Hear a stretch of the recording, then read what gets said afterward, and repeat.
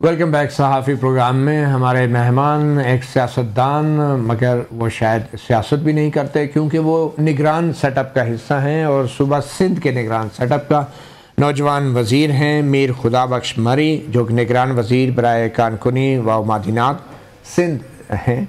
और इनके साथ आज हमने सेशन इसलिए रखा कि पाकिस्तान में जो ख़ुसूसी तौर पे अब बैरूनी सरमायाकारी को सहूलत देने के लिए एक स्पेशल इन्वेस्टमेंट फैसिलिटेशन काउंसिल का क़याम अमल में लाया गया है, तो उसी काउंसिल के तहत जो बड़े फ़ैसले हुए हैं उसके तहत अरबों डॉलर की सरमायाकारी पाकिस्तान में आनी है। तो कौन से वो एरियाज़ हैं जिनमें अरबों डॉलर की ये सरमायाकारी आनी है, इसमें से एक एरिया जो है सिंध के इन नौजवान वज़ीर ने दरियाफ़्त किया है और उसका ताल्लुक भी सिंध से है। हम बलूचिस्तान के हवाले से तो सुनते रहते हैं, बड़ी कीमती मादिनात हैं, वहाँ पे रेकोडिक प्रोजेक्ट है, सेंडेक प्रोजेक्ट है, मगर सिंध में क्या है, आइए हम बात करते हैं हमारे नौजवान निगरान वज़ीर कानकुनी व मादिनात जनाब मीर खुदाबख्श मरी साहब। बहुत शुक्रिया खुदाबख्श मरी साहब, आपने हमें वक्त दिया है।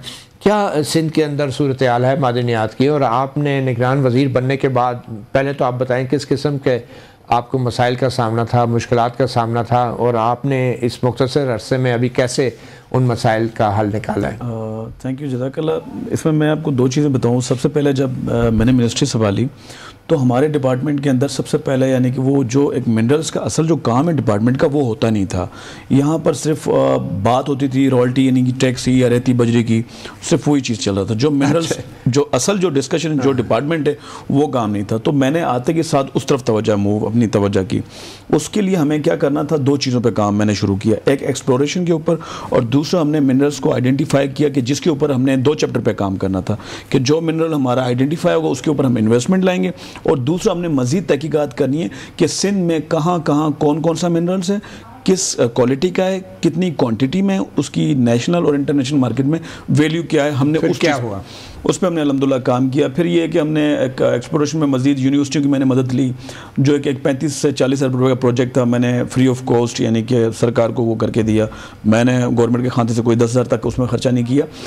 फिर हमारा ये जो कारुंजर का था, अब हमारे पास जो ग्रेनाइट है असल में मैं पहले आऊँगा कि आपको मुश्किलात क्या थी। आपने कहा ये रेती बजरी का काम होता था, ये कौन लोग थे जो रेती बजरी का काम कर रहे थे? क्या वो लीगल था, लाइसेंस था? मैं उसी पे कौन लोग थे और क्या किया आपने? अच्छा, मैं जब वो रेती बजरी का हम लोग काम कर रहे थे, मैं चाह रहा हूँ कि वो काफ़ी हमारे मलिर एरिया जो था वो एक्चुअली सुप्रीम कोर्ट की तरफ से बैंड था। तो इस पे अनलीगली मतलब रात में कभी माइनिंग हो रही है तो कभी दिन में हो रही है, वहाँ पर होती थी। या तो असल में एक्चुअली डिपार्टमेंट ने हमारे जो रूल थे वही गलत थे। रूल मैं आपको बताऊं, आप सर पकड़ के बैठेंगे, हम पर एकड़ जो लीज दे रहे थे 500 रुपये पर ईयर, एक साल की 500 रुपये फी एकड़ की लीज थी, जिसमें वो रेती बजरी निकालते चाहे जो करें। 500 रुपये एक साल का फी एकड़। और कितने हज़ार एकड़ पे हो रहा है? आप किसी को 50 एकड़ ग्रांट कर दें, किसी को 100 कर दें, किसी को 200 कर दें। और वो पैसा किधर जाता था? वो मतलब इतनी सस्ती लीज क्यों देते थे? यही तो मतलब हमारी तो क्या उसमें रिश्वत इन्वॉल्व थी? जाहिर सी बात है, अब हर किसी के अपने मफादात थे। और इलीगल माइनिंग हो रही थी, काफ़ी जगहों पर इलीगल थी। अल्हम्दुलिल्लाह मैंने आती है अपने टेन्योर के अंदर टोटली इस वक्त आपको पाकिस्तान के अंदर एक ही डिपार्टमेंट ज़्यादा मिलेगा जहाँ पर इनलीगल माइनिंग या इनलीगल जो है काम का जो रेशो आई थिंक सबसे कम या ना होने के बराबर है, वो मेरा है पूरे सिंध में, मतलब पूरे पाकिस्तान की बात कर रहा हूँ मैं। अच्छा, सिंध में रुक गई है? अल्हम्दुलिल्लाह मेरे डिपार्टमेंट तो बिल्कुल भी नहीं। अच्छा, फिर आपके डिपार्टमेंट में आपके अमले की क्या सूरत हाल है? क्योंकि ये वजारत जो है मिनरल डेवलपमेंट की, इसके कोई आपका अमला पूरा है? मती साहब, मैं आपको हंसी आएगी, यकीन माने, मेरा जो है ना वो एक सेक्रेटरी था, उसको मैंने डीजी के भी चार्ज दिया, वो 15 दिन मेरे पास टिका।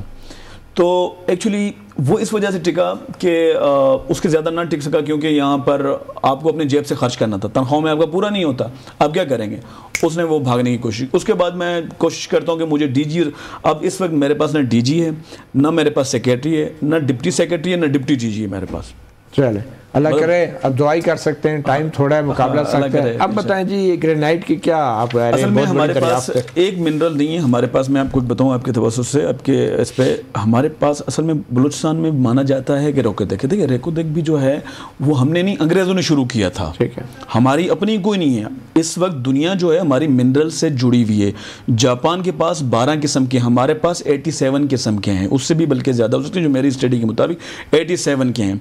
हम उससे पीछे, हमारे घर के अंदर, हमारे फैक्ट्रियों में, हमारे बाहर सारी चीज़ मादनिया से जुड़ी हुई है, उस पर हमने तवज्जो नहीं दी। हमारे पास ग्रेनाइट है, हमारे पास चाइना किले है, हमारे पास बेंटोनाइट है, हमारे पास लिथियम की हमें ट्रेसेस मिले, हमारे पास मार्बल है, हमारे पास सलीका है, सिलिकॉन जिससे सेमीकंडक्टर चिप बनता है, वेफर जो है। ये सिंध की बात कर रहे हैं? मैं सिंध की बात कर रहा हूँ। दुनिया में जिसकी एक नई जो जंग होने जा रही है, एक आप समझे एटमी जो एक तरह का होता है, वो सेमीकंडक्टर चिप है। हम उसको जो है ना वो प्लस्तर में इस्तेमाल कर रहे हैं। इतनी ज़हीन कौम है, प्लस्तर में हम लोग खुदाई करके, बस हम खुदाई नहीं, वो खैर पहाड़ों में वो ज़मीन पे ऐसी रखा हुआ, उसको उठा के वो माइनिंग करके, इतने ज़हीन कौम है। तो इसके ऊपर मैंने काम शुरू किया अल्हम्दुलिल्लाह। अब ग्रेनाइट का क्या पोटेंशियल है इन्वेस्टमेंट का, क्या आपने असेसमेंट किया? अल्हम्दुलिल्लाह मैं ग्रेनाइट के ऊपर थोड़ा आने से पहले एक दो चीज़ें बताऊं। असल में उधर हुआ क्या था, ये कहानी शुरू हुई थी 1970 में। 1970 से लेके 2011-12 मुख्तलिफ वक्त में चलता रहा। मीडिया पे भी एक प्रोटेस्ट होता रहा। यहाँ पर चंद लोग थे, चंद माफिया जो थी, वो कॉम्प्रस्टी के नाम से और मज़हब कार्ड इस्तेमाल करती थी। वो लोग कहते थे कि ये हमारी सकाफत है, हमारा मज़हब है। देखिए, पूरी ज़मीन, पूरी कायनात नहीं होती, चंद मखसूस जगह होती हैं। तो आपने फिर क्या किया? अल्हम्दुलिल्लाह मैंने इसको काउंटर किया। कोर्ट में भी हम गए, लोकली भी लोगों में हम गए, मीडिया पे भी मैंने ब्रीफ किया। मैंने कहा देखिए, जहाँ जहाँ मिनरल्स, जहाँ जहाँ सकाफती पॉइंट होंगे, मैं खुद सिंधी हूँ, मैं सिंध का रहने वाला हूँ, तो मैं उनको प्रिजर्व करूँगा, मैं उनकी हिफाजत करूँगा, उनको डीमार्केशन करके क्या पोटेंशियल अलग करेंगे। जहाँ मंदिर होंगे हम उनको अलग करेंगे। उसके अलावा जो ग्रेनाइट होगा हम उस पर काम करेंगे। क्या पोटेंशियल है ग्रेनाइट? अभी इस वक्त हमारे पास तकरीबन जो है 14.256 बिलियन टन रिजर्व हमारे पास मौजूद है ग्रेनाइट, जो कि माइनिंगेबल है, जिसमें हमने मतलब वेस्टेज को निकाल के हम एक बात करें इतना। अच्छा। और ये हमारे पास सरफेस पे, डीप तो वो तो कहीं ज़्यादा ही है, ये एक सरफेस पे। तो क्या पोटेंशियल है इन्वेस्टमेंट का? इसकी तकरीबन मार्केट वैल्यू, अगर हम इस देखें, हमने तो मार्केट वैल्यू हमेशा लगाई जाती है 30 to 40 लेस, यानी कम ही लगाई जाती है, ज़्यादा नहीं लगाई जाती। तो उसके मुताबिक भी हमारा बनता 6.2 ट्रिलियन डॉलर। 6.2 ट्रिलियन डॉलर की इन्वेस्टमेंट का ये हमारे पास रिजर्व है, हमारे रिजर्व है। और ये यूं प्लेट में रखा हुआ है, ये सरफेस पे, कोई डीप पे नहीं। इसको आप बाहर के इन्वेस्टर्स के लिए कैसे मार्केट कर रहे हैं? अब हमने अल्हम्दुलिल्लाह इसमें बस ये हमारी कोशिश है कि इसको SIFC और एपेक्स में ये चीज़ें हमारी फाइनल हो जाए। हमारी कैबिनेट मीटिंग ने नेक्स्ट मंथ जो है इसको, नेक्स्ट वीक जो है इसको अप्रूव करना है, एपेक्स में जाएगा। उसके बाद इंशाल्लाह एक जो टेंडर होता है नेशनल और इंटरनेशनल लेवल पे, उस पर हम जाएंगे इंशाल्लाह इसकी तरफ। चलें जी, पाकिस्तान जो है मादनियात की दौलत से माला माल है, और हम बचपन से ये मताला पाकिस्तान में पढ़ते आ रहे हैं। बिल्कुल। लेकिन असल दौलत तो वो है ना जो आपकी जेब में हो। उस जमीन के नीचे तो है, वो तो और भी बड़ी दौलत नहीं, ये सरफेस पे, नीचे भी नहीं है। नहीं, मतलब ये कि उसका इस्तेमाल हो ना, सरफेस पे भी हो। हमारे पास नीयत की कदर है, हमारे पास नीयत की कमी है और कुछ भी नहीं। अल्लाह ताला ने हमें सब कुछ नवाजा है। जब मैंने अपना डिपार्टमेंट संभाला तो एक्सप्लोरेशन के लिए मुझे फंड चाहिए था, मैंने कुछ नहीं किया। मैंने यूनिवर्सिटी को रुख किया, क्योंकि उनके पास इक्विपमेंट और लैब्स ऑलरेडी मौजूद हैं। मैंने उनको यूटिलाइज करना शुरू कर दिया।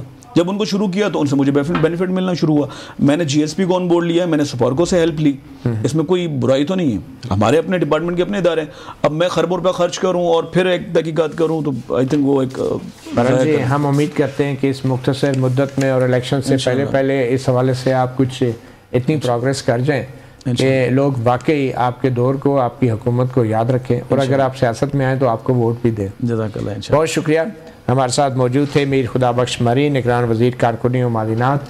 उम्मीद है कि ये मुख्तसर मुद्दत के अंदर कम से कम नौजवान वज़ीर जो हैं सिंध में मादनियात के हवाले से कुछ ऐसी अच्छी खबर कौम को देंगे कि जिसकी बुनियाद पर यह कहा जा सकेगा कि निगरान हुकूमत ने भी इस मुल्क के लिए कुछ ना कुछ ज़रूर किया है। सहाफ़ी प्रोग्राम से इतना ही, इजाज़त दीजिए। अल्लाह हाफ़िज़।